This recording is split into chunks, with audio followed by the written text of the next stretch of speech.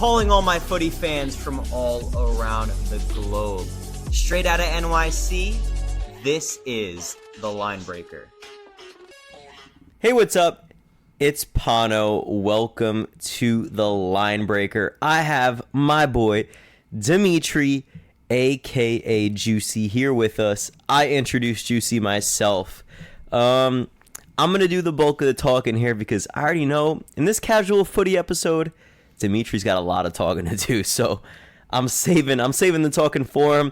Right now, he's showing me off a little bit of some dance moves right now. He's showing me his skills, but Dimitri, how we feeling on this Thursday evening? We're feeling great. Have a lot to say about a lot of important things that we're going to go over. Hey, that's why I introduced you myself. I was like, you know what? I just hit myself in the face with a microphone. So I don't have as much to say about this topic as Dimitri does, but we're going to do this completely off the cuff in regards to how the rest of this podcast episode is going to go. We have an overarching theme of what we're going to talk about, and then we're just going to see where the conversation takes us. Dimitri feels very passionate about this topic. What did you want to talk about today, Dimitri? I wanted to talk about the recent Balon d'Or award ceremony where my boy, Leo Messi, won his 8th Golden Ball. And all you Haaland lovers and Ronaldo crybabies, it's tough, but that's reality. And, that's the way things go. If you don't perform in big games, you don't show up, why do you deserve the big award? I think actually that Messi winning and Haaland finishing in second, I feel like Dimitri of all people, he'll throw all the facts as to why Messi deserved it, and especially why Haaland didn't deserve it, because not Messi, Dimitri. Although sometimes he used to play like Messi when we were younger. False. You were a little bit quicker back then. Dimitri is he's a Haaland hater, as we know. so he's gonna give us great reasons as to why he's definitely gonna convince us. But first and foremost, what I just wanted to make clear is it's obvious, you could agree with this, right? That this Balon d'Or ceremony in particular has been very controversial, right? Or the award, like it going to Messi. I feel like we've seen a lot of stuff on Twitter, people saying Haaland was robbed and vice versa. Where are you at on this? I think it's the first time in a while that it's been very controversial in the sense that it wasn't like a clear winner and that, you could make the case for two guys. Although I think Messi deservedly won the Balon d'Or, but I think that Haaland was a close second. But I have many reasons as to why he didn't win and why the right decision was made. And I want us to get into that for sure. But right now, actually, just what I'm going to do just so that, we're clear on where we're at with this award is just going over 1, 2, and 3. I guess I could do 4 and 5 too, because that could kind of give you a good theme. But first place, obviously in Balon d'Or standings, was Leo Messi. Second place was Erling Braut Haaland. Third was Kylian Mbappe. Or as one of the dads of a girl who I train, he calls him Mbappe. That's American, dads for you. Yeah, Mbappe.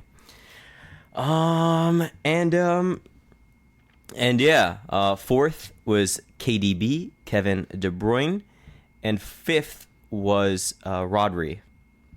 I mean that's a class top 5 there, you got to say. That is a solid top 5.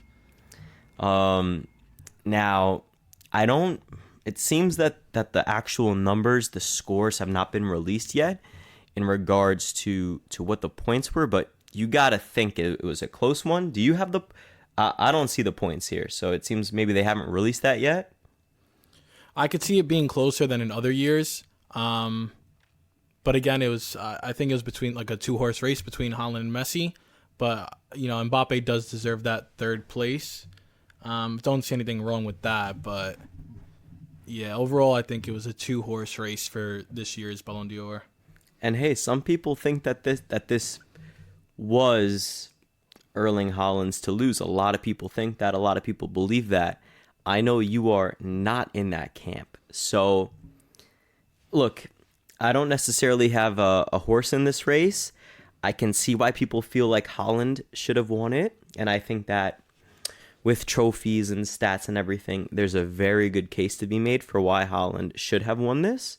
But on the other side, I can also see why Messi deserved it. So this is what I'm going to do. All right. I'm giving the floor to you. You convince me. Why are Ronaldo not haters? Why are Messi haters and Ronaldo fanboys, who are basically the same thing, right? And Haaland fans, why are they wrong? Why did Messi deserve to win this Ballon d'Or? Well, first I'm going to just, acknowledge Haaland's achievements and then where he fell short. This is like one of the reasons, or a couple reasons as to why he didn't win it, in my opinion. So yeah, he scored the most goals in the Premier League, broke the record. He scored the most goals in last year's Champions League as well, and had some goals FA Cup. He didn't have any goal contributions in any semi-final or final Champions League, FA Cup. He wasn't even at the World Cup. Norway didn't qualify, so that was the biggest tournament of the year. Although you can't necessarily blame that on him. You're right. But yeah, he didn't show up for the big games. I know that's definitely a classic line of yours. Yes, he was tallying up on the bottom teams in the Prem, 2 tap-ins and a header from outside the 6, and then he might have 1 shot from the penalty spot. But other than that, yeah, he didn't show up in the big games. They had a great team and they won the team awards, the treble. It just wasn't him single-handedly carrying them in those tournaments, especially in the semifinals, finals, where he was missing. And if you want to be a great player, you got to show up in these great games and great scenarios. Yes, but you also can't argue the fact that, look, when Manchester City was bought by Abu Dhabi in 2008, you would imagine that the ultimate goal, once they won the Premier League in 2012, the ultimate goal for the last over a decade now by Abu Dhabi was to win the Champions League. That is the ultimate goal. That is the greatest club prize that you can win in club football. So, I mean, you can't say it's a coincidence at the moment that they find arguably the most prolific goal scorer of this new generation of players, not old generation, this new generation of players, the best young goal scorer in the world. It's tough to argue that it's just a coincidence that the year they buy him is the year that they win the treble and they finally go to the promised land and win the Champions League. So, I mean, you can't say that's a coincidence. It's not a coincidence, but it's a team award. You need a great team, and you're not going to have that 1 or 2 guys that are going to carry you there. But he made the difference, obviously, taking up space and freeing up space for other players. But, if you want to be the greatest and you want to be up there with the top players, you need to show up.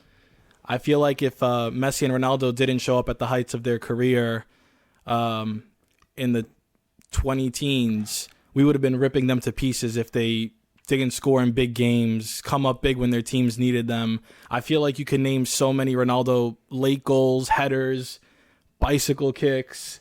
Same thing with Messi. He was always there when Barca needed him. And, these players were there during the big moments. I mean, yes, 100% agree. And also, I think you mentioning Messi and Ronaldo is a good point because we also hold these guys to an insanely high standard. I mean, let's just look at Balon d'Or winners, basically, for the last 15 years, 20 years, okay? So if we want to go back to 2023, okay, you have Pavel Nedved, Nedved in 2003, Shevchenko in 2004, Ronaldinho in 2005, Cannavaro in 2006, and Kaká in 2007. 2007 is basically the last time, although if you actually look in 2007, Ronaldo finished second and Messi finished third.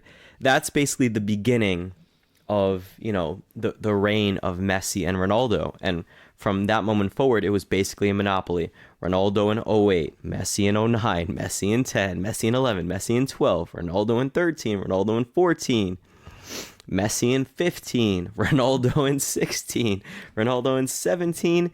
Then we have Luka Modric finishing first in 2018, followed by Ronaldo and Griezmann. Messi in 19. No award given in 2020, although I think it's unanimously agreed that Lewandowski would have won the Balon d'Or in 2020. Messi in 21, Benzema in 22. So the theme is a monopoly, or I'm sorry, not a monopoly, a duopoly by Messi and Ronaldo.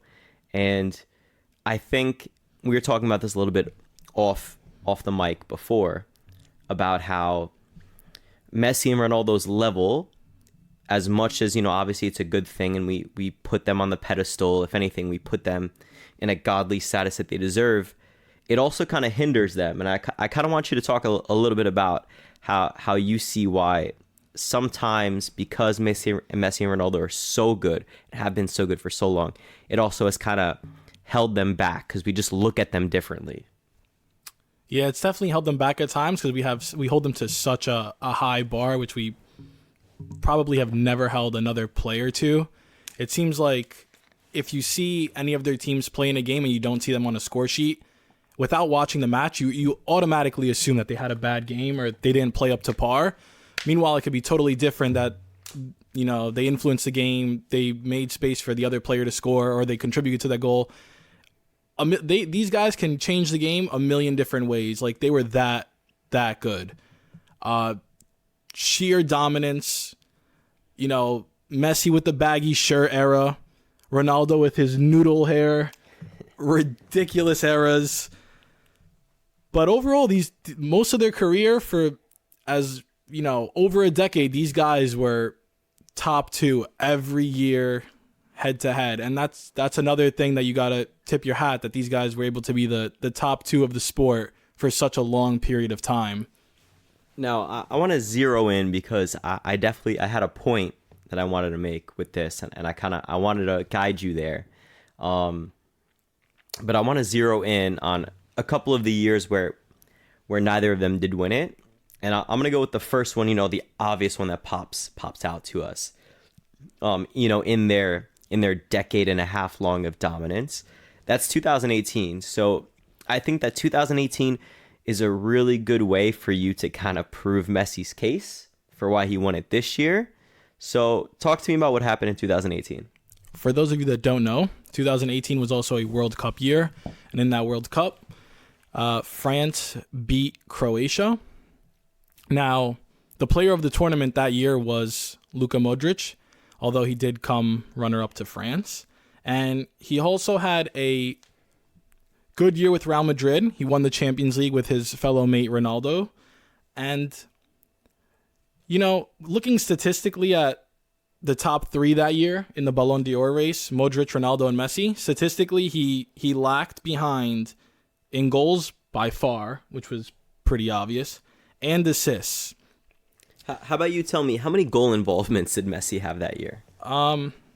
According to ESPN, Messi had 67 goals that year and 34 assists, all comps. For 2018? I think 17-18 season. Yeah, which is what they would have voted on, right? Yeah, and then it included the World Cup because they didn't have a weird World Cup schedule over the summer. Okay, I see. Because I thought that number sounded high, but now that makes sense. So with internationals included. But I want to say that without internationals included, he scored 45 goals. I believe it was 45, unless I'm mistaken. We'll go with 67. Regardless, that's a lot of goals, right? You said in how many appearances? I don't have the appearances off the top of my head. Just have the stats. I mean, you can't. I mean, I could tell you this: average goals was .807, so he scored 4 goals in every 5 games.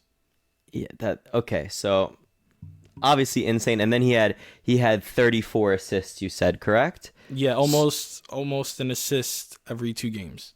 So he had at least a goal or an assist, either one, in every single game that season. Yeah, if you combine the two, it comes out to like 1.2. So he had a goal contribution a game more.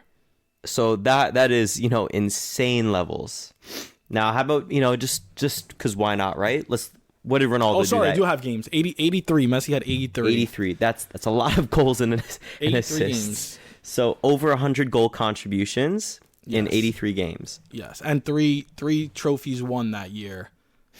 He won the Copa del Rey, La Liga, and I think he won the Spanish Super Cup at the beginning of the year. Okay. So La Liga. Yeah. A double. Yeah. Now Ronaldo, on the other hand, how did Ronaldo do that year in 2018? Ronaldo, 75 games, 65 goals, 17 assists, and the Champions League. So he had a better goal ratio than Messi that year, .86. So he was really, really close to a goal a game, and then about almost an assist every 4 games. And again, we're talking about basically a goal involvement almost every game, or just about every game. More.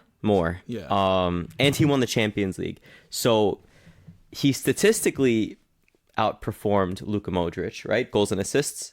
Of course, they play different positions. Yes, I understand that. I know the position that Modric is. I love Luka Modric. But if you look at the fact that he won a Champions League and he won Player of the World Cup and he finished second in the World Cup, if you really want to look at it in a certain way, just based on like individual performance, he only won 1 trophy. I mean, they're essentially rewarding him for having a good World Cup and finishing second in the World Cup. That's basically it, because he's won the Champions League 5 times now? 5? Something like that, yeah. 4 or 5 times. So it's not like this particular year was anything special. He's essentially getting it off of his World Cup exploits. Is that fair to say? Yeah, but it was a magical run. I'll give him that. Nobody expected Croatia to go that deep.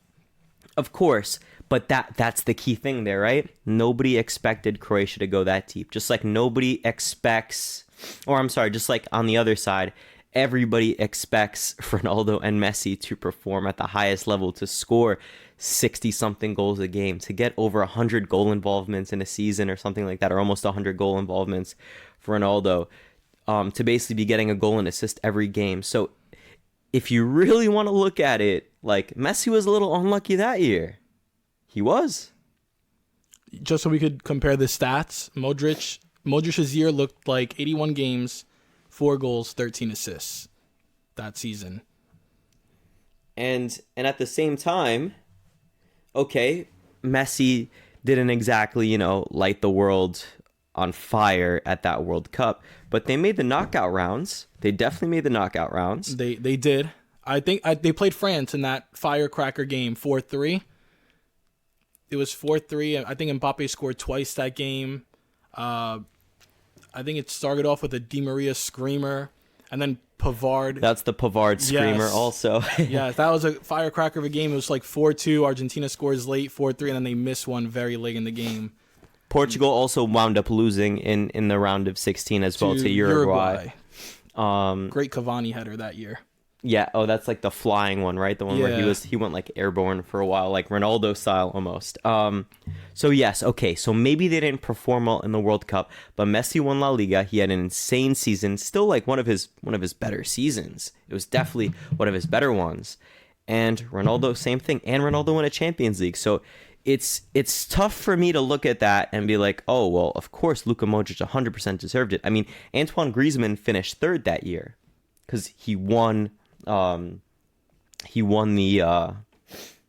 World Cup, obviously, with France, and he was a cog in that side. He was a very important part of that side.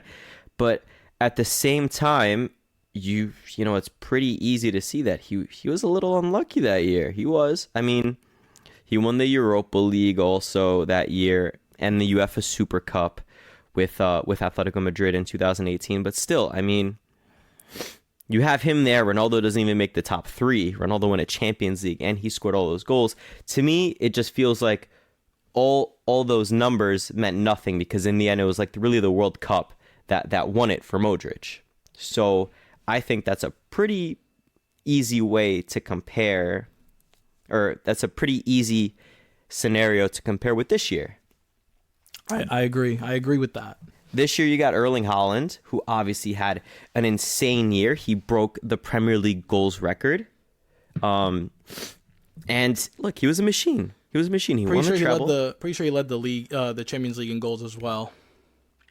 There you go. But it still wasn't good enough, no matter what domestic trophies he won or continental, and he won almost all of them. He still could not win. He still could not win the Balon d'Or. It was given to Lionel Messi. And what was Lionel Messi's most impressive thing in 2023? 22? 22, yeah. Carrying that Argentina team to a World Cup. But the difference between him and Modric, the comparisons of those years, Messi also won the French league, for what it's worth. He won like the French version of the Super Cup in the beginning of the year, which I guess is not that great, but it's, it's a third trophy for the year. And he had one of the greatest World Cups. And once you win the World Cup, you're up there like with an echelon of like great players, the Pelés, the Maradonas. Cruyff didn't even win a World Cup. Eusebio didn't even win a World Cup. So now he's up there with the greatest of the greats. Also, during the World Cup, he had a goal contribution in every game, aside from the Poland game in the group stage. But he scored or assisted in every knockout game. I'm pretty sure he scored in every knockout game. He scored twice in the final and converted the penalty in the shootout. And he was just so influential to that team. I feel like the team just wanted to play with him and used his energy to perform. Di Maria was obviously crucial. Julian Alvarez had a great World Cup, so did McAllister, Enzo, and that team really came through during crucial times. They had a long unbeaten streak heading into the World Cup, and the first game they got upset by Saudi Arabia, and then they needed 2 results to get out of the group, and I think they had to finish first, or they would have had a very tough opponent in the first round of the knockout stages. So they end up finishing first. They get the 2 W's that they need. And, Messi did his thing.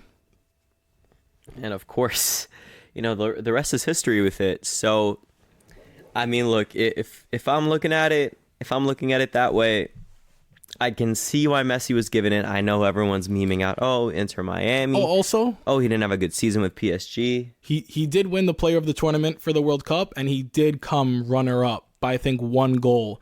And if Mbappe didn't score the third goal, I think Messi would have won because he had more assists. That was the tiebreaker. Yeah, and people were complaining about Messi's penalties, and Mbappe was scoring all penalties in that game. He scored a hat trick with 2 penalties. So I mean, look, that's why I'm neither here nor there when it comes to who necessarily deserved it. It doesn't upset me that Messi won it, but I also see why people are upset that Haaland won it. But I think that bringing up some past examples is a really good way of putting everything into perspective as to why Messi did win it this year. And I also think it's a nice way. Although, again, maybe this doesn't sound right from a competitive sporting merit standpoint, but this is the last time that Messi will have a chance to win the Balon d'Or. This was his last chance, right? So I think it's only right, give it to him. Haaland's going to have plenty of time to win this award. I mean, just like Mbappe is. So I think just like other players before him, Messi pulled out all the stops.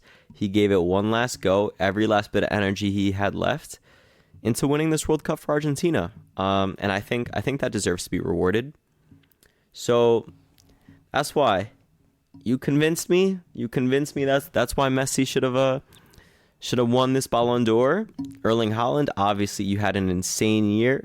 I don't know if you could top that year. this season, but who knows? Maybe he will. He's doing well so far, but I mean, last season he was insane. There's still plenty of time left though. But yeah, I mean, you have me sold. I would say you've been a good salesman for this one. What can I say? I just spit out the facts. Yeah, well, I think what we can take from here is one, okay, Messi didn't necessarily have his most insane year, but you can argue that he's been robbed of chances like that in the past when he's had insane years. And now, he's finally done it on the world stage. He carried his nation to a championship. I think he deserves it. I think he deserves the Balon d'Or. So that's why I feel sold. But what I want to do right now, Dimitri, just because, why not? We got a little bit of time, right? Who do you think is going to win the Balon d'Or for next season? Or I guess for this season, right? Balon d'Or this season. Mind you, we're only about like 10, 11 games in each league in the top 5 leagues at least. This season, I think since there's no real international football off the top of my head that I can think of. The Euros in 2024. Okay, the Euros will be crucial, but I think this person will have a great Euro run. That's obviously going to contribute, but I think he's going to have a great club record in terms of goals and assists. This person recently got knocked out of the German Cup, the DF Pokal. The DKB? DKB. No, I feel like it's DFB. The DFB Pokal, yeah. Yeah, I think I could see the winner being Harry Kane. Really? Yep. I like we both said, we both see Bayern winning the Champions League. They're gonna walk the Bundesliga. It's just unfortunate that they can't win the German Cup. I know where you're going with this. And I think he's gonna have a stellar Euro. I'm not saying he's gonna win the Euros. I'm not that sold yet. It's still very early. But I think he's gonna obviously have a great Euros. He's led England in goals in how many of the major tournaments. But yeah, I think with those 2 trophies and a ton of goals and assists to rack up, I think he's gonna be unbeatable for this season. That's so interesting because I wasn't even thinking Harry Kane. In my head, right, I was like, okay, it's clipped for Ronaldo. It's clipped for Messi. Who's next in line?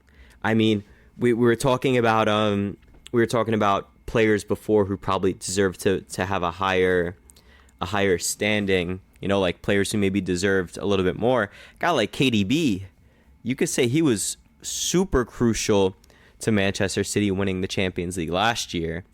He's, in my eyes, I think all around he is the best midfielder in the world. That's my opinion. I love KDB. I think he's phenomenal. And I mean, you could argue, like, speaking about a guy who makes a difference, maybe if he doesn't get injured in that 2021 Champions League final against Chelsea, maybe Man City wins that game. I mean, he got injured in the first half, I want to say, right?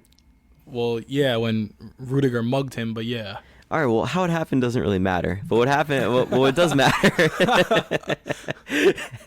what does matter is that he was injured for it. And ultimately, Manchester City didn't win it that year. He was healthy for this one, and then he had, Sir Erling Haaland with him. So he won it. He got hurt this year as well, early in the final. He might have. In the first half. I think he had like a hamstring injury. Oh, yeah, he did. Oh, yes, that was a meme. But still, you cannot argue that he's not important to this team. So maybe he's unlucky. Same thing with maybe a guy like Rodri, who seems like indispensable to this Manchester United team. Manchester City team. Definitely not United. Woo! Yeah, so, Rodri, I mean, he makes his team tick. Best defensive midfielder in the world. It's not even close. It's like, it's him, and then there's like a million miles of garbage, and then there's the next guy. And yeah, so there's other guys who could be deserving, but of course, the people who pop into my head are Kylian Mbappe and Erling Haaland, but Mbappe is not winning anything as long as he's at PSG. We can agree with that, right?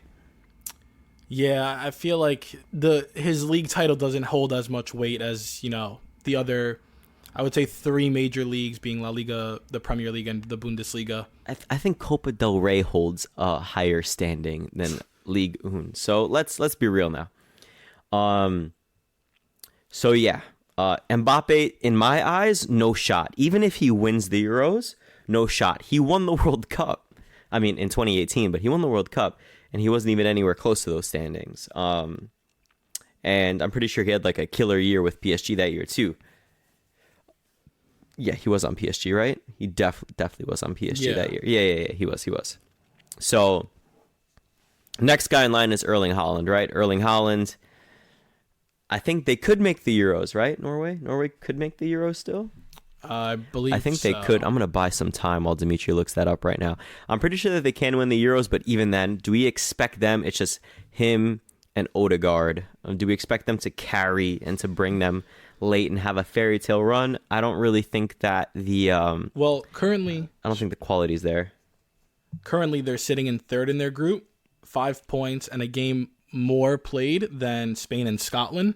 But do they have a Nations League path? Probably, right? Not quite sure on that. I think they have a Nations League path. I'm pretty sure. But either way, like even if they do make it to the Euros, right? You can't really see them making a big run. I mean, look, as much as Croatia was a fairy tale run, Croatia has a very, very good, or had a very good team in that 2018 year. They had a very good team. So I would say that Croatia team is miles better than whatever this Norway team is, even with the couple of standout players. So yeah. So there's that. So you're kind of right. It kind of does leave you with Harry Kane, doesn't it? I mean, it's basically Harry Kane, unless Jude Bellingham. Jude Bellingham's I forgot about him. Yeah, Jude Bellingham. That's another good one. Oh, I don't even know how I forgot. We're going full English today, huh? He's gonna ride on the coattails of Harry Kane in the Euros. He could very well win La Liga with Real Madrid, and then naturally win Copa del Rey.